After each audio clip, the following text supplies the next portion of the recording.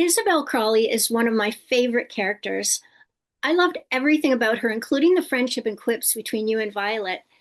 What were your favorite moments with Maggie Smith, on or off the screen? Well, it's difficult over 15 years to pick up any favorite moments, but we had a very good go together, and we knew each other before, and we'd done the Best Exotic Marigold Hotels together as well, which were two films we did out in India. So we got on extremely well, and I have said it many times, but working with Maggie is like playing tennis with someone a bit better than yourself. You return the ball very quickly because she had very, very good timing. So I enjoyed working with her, and I miss her. She is a friend of mine, so I miss her as a friend. And also, I don't think there'll ever be, she left the stage, and there'll never be anyone quite like her again. Yes, I think all the fans would agree with that. Um, but in this movie, you get another sparring partner, the president of the county fair. Were those scenes fun to film? Oh, they were. And Simon Russell Beale is a wonderful, wonderful actor. So I was very lucky. And it's lucky that they gave me, they didn't have another um, woman. It was better that they had a man. And he was so pompous, and Sir Hector. And I enjoyed having the repartee with him as well. He could do, he could, he's a very funny actor. I believe this is the first time you and Daisy have had scenes together. How did you enjoy working with Jim Carter and Sophie McShera this time around? Well, I very much so. I mean, I worked with Jim before at the National Theatre, and so we've known each other very well. And of course, I feel as if I've worked with Sophie because we've known each other for 15 years. So I've seen everything she's done, and she's seen everything I've done, and we meet and have lunch together. So um, although we didn't have scenes together, you feel as if you have because you're in such close proximity with everybody over that period. When you play a character for such a long time, do you find any of their characteristics rub off on you in your daily life? No, I don't. Apart from, um, I think that Julian wrote Isabel as quite a straightforward person, and who, and I think I'm pretty straightforward. So we sort of we married the two, me and Isabel. We were able to get along, yes, very well together. You often had the chance to film at Highclere Castle. What did you like best about that? Oh, well, it's wonderful to be in the countryside and arriving first thing in the morning, where when you're filming, you have to get up very early. So we used to arrive at about 6 o'clock or sometimes 5:30 in the morning. And on a spring morning, and you come up that drive, and there's a low mist, and the sun is rising, and there's a sort of dew on the meadows either side of this long drive. And then you slowly climb up the drive, and then this wonderful castle appears.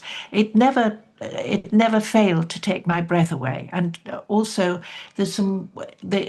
I don't think you ever really saw them because that wasn't part of the story. But in the grounds of Highclere, there's some wonderful cedars of Lebanon, and the grounds are the most beautiful thing. Actually, I think the grounds and the outside of the castle were my favorite thing. I mean, the insides, of course, it's a big reception rooms for a lot of people. So they're slightly, unless they're filled, they're rather sort of empty rooms. But the outside is absolutely ravishing, and I think that's what I enjoyed. I also enjoyed the quiet because normally when you're filming, you're in some car park up some with police sirens going by or cars and traffic and buses and things. But there, you're in the middle of nowhere, and it was wonderful. I mean, it's a sort of private estate, and there's just the sound of nature, and there's another house to be seen for seeming miles. Now, the costumes change a little from year to year. Did you have a time period that you liked the best? Um, well, there was the one I liked the best was the early ones, but the most comfortable were the latter ones because in the early ones we had to wear corsets, and that was agony.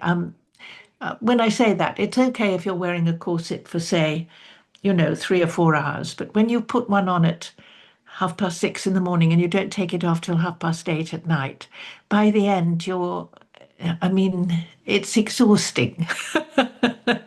So it has to be tight and you have to be in at the waist. And, there are different corsets, but women had to wear corsets because it gave you that shape. So I thought that everyone looked beautiful in those shapes, but the latter ones, the sort of 20s, were also beautiful too because they had the long waists and the colours, and they were much more comfortable to wear. I loved the hats. I mean, the millinery in this series and the films. We had a number of milliners, but they were brilliant. Unfortunately, people don't wear hats now, but then you couldn't on the tube and on the bus and things, and they don't suit modern life. They certainly wouldn't. We always had difficulty getting into modern cars because there was never room for your hat. Because in old cars, the carriages were much higher, so everything suited it more. But it was lovely to. They were lovely costumes to wear, and also they looked wonderful against that Highclere backdrop. They really did. I just love the costumes. Now, is it sad when you have to say goodbye to a character after playing her for years? Or as an actor, do you just look forward to what's next? I think there's an element of looking forward to what's next because one stayed, but we did. The thing about Downton Abbey is that we didn't do it all the time. So I did many other things. I did some theatre um, plays, and I did other films and things. So it sort of incorporated in one's career over 15 years. But um, I didn't really feel sorry because we'd said goodbye so many times. We said goodbye after the first three in the series, and then they said we want to do another three. And then we said goodbye after the first film, and then we said goodbye after the second film.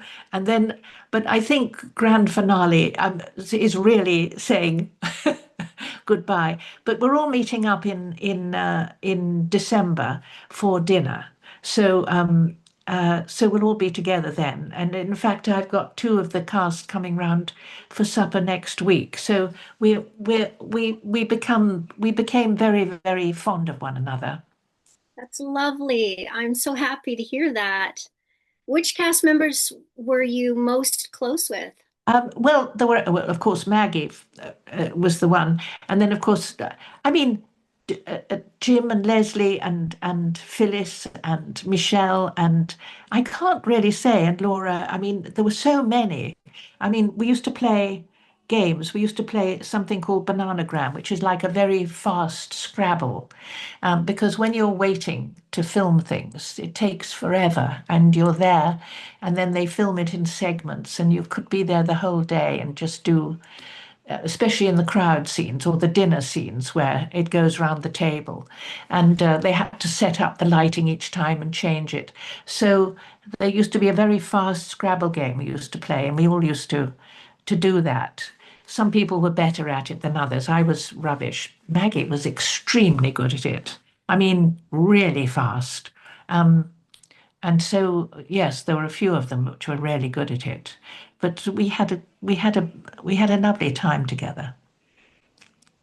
And now that Downton is over, what else can fans see you in?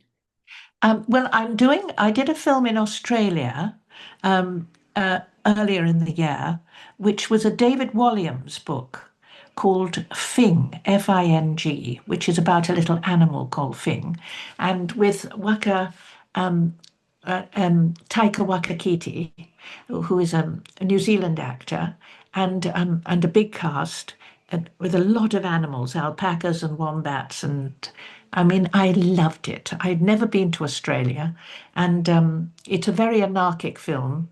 Uh, and it's for children, and it's also, well, for adults as well, but basically for children. But it's extremely, I mean, there's a very, very spoilt little girl in it, and there's a lot of, I had to do paragliding. I had to turn into a hedge. I had to ride a motorbike, and I thought, this is the way forward. This is what I like to do. So I'm hoping a lot of paragliding parts will come up for me in the future. Sounds like so much fun. Oh my gosh. Which Australian animal did you like the best? um, well, I very much like the alpacas. They're like small llamas, and they were very nice. The wombat I was told not to put my hands too near because it could nip you, and it was eating a croissant at the time on the table. And then I came in. I had to tie a napkin round Tiger's neck because I was bringing him his lunch, and I felt something warm on his chest. And I took the napkin away, and there was a very, very small alligator across his chest, a live one. I mean, only about, 3 foot long. Anyhow, it gave me a bit of a fright, but it was very well behaved and didn't snap my fingers off, thank goodness. And he was devoted to it. Anyhow, that was good fun. Wow. I want to thank you so much, Penelope, for talking to me today. I absolutely love Downton. I love every scene that you're in. I was always like, Penelope, I'd better be in this movie. Thank you. Well, my son-in-law is Canadian, and and his mother lives in Dundas, Sharon Hall. So I'm very, very. I've visited Canada, and I'm extremely fond of your country and your fellow citizens. Well, thank you. And I've been to England and I absolutely loved it. I've been to Good. Highclere. I wish I could have Ah, been there. It's well, you fabulous. know what I mean about the beautiful grounds. Yes, I feel like I didn't have enough time to explore them all. I want to Yes. go back and just spend weeks there. Yes. Good. Thank you so much. It's been such a pleasure. Nice to talk to you. Thanks for watching. If you like this video, please hit the like and subscribe buttons, as well as the notification bell in the top right-hand corner if you'd like to see more of my celebrity interviews. Got a lot more lined up, so make sure you don't miss out on them.